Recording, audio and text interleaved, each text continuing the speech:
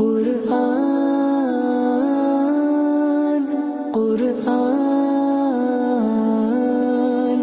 قرآن آسان درس قرآن۔ تو اب اللہ کا نام لے کر سورہ آل عمران کی ابتدا کرتے ہیں اور اللہ تعالیٰ کی بارگاہ میں یہی دعا کرتے ہیں کہ اللہ تعالیٰ ہمیں صحیح معنوں میں اس کو پڑھنے اور سمجھنے کی توفیق عطا فرمائے اور ہمیں ہمت و توفیق عطا فرمائے کہ ہم اسے مکمل کر سکیں۔ اعوذ باللہ من الشیطان الرجیم، بسم اللہ الرحمن الرحیم، الف لام میم، اللہ لا الہ الا ہو الحی القیوم۔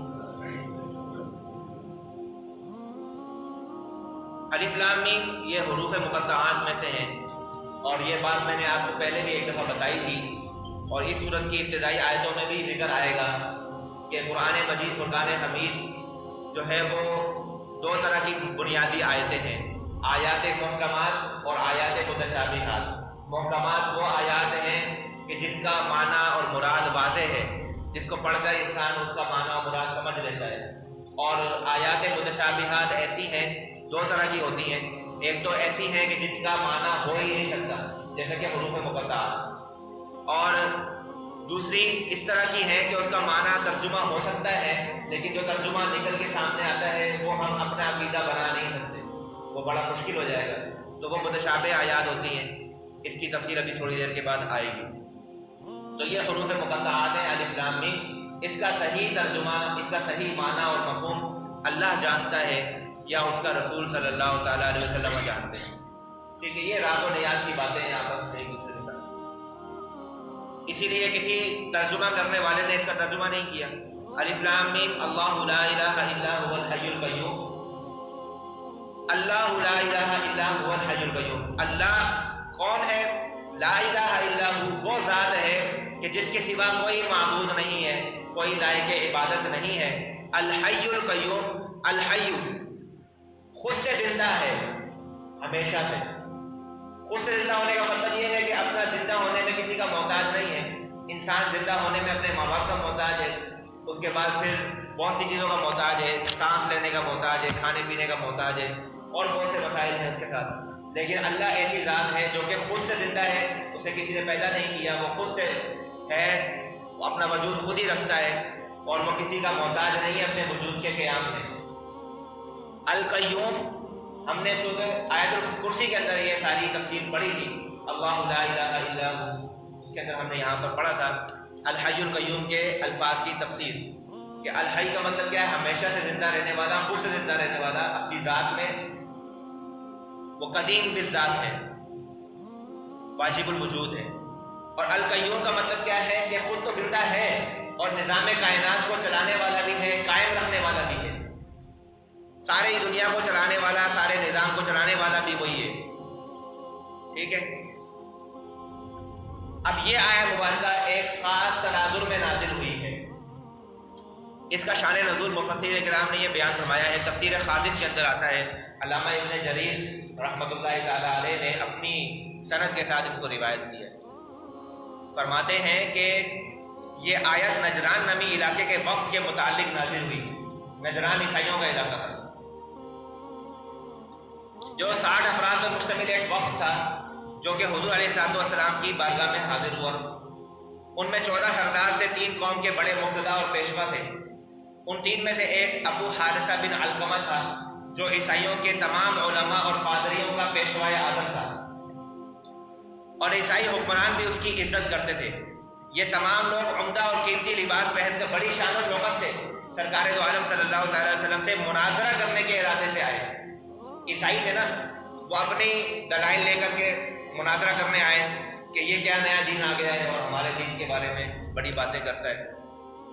جب یہ لوگ مسجد نبوی میں تشریف لائے، مدنی صورت ہے نا، مسجد نبوی میں تشریف لائے، داخل ہوئے تو حضور علیہ السلام اس وقت نماز عصر ادا فرما رہے تھے۔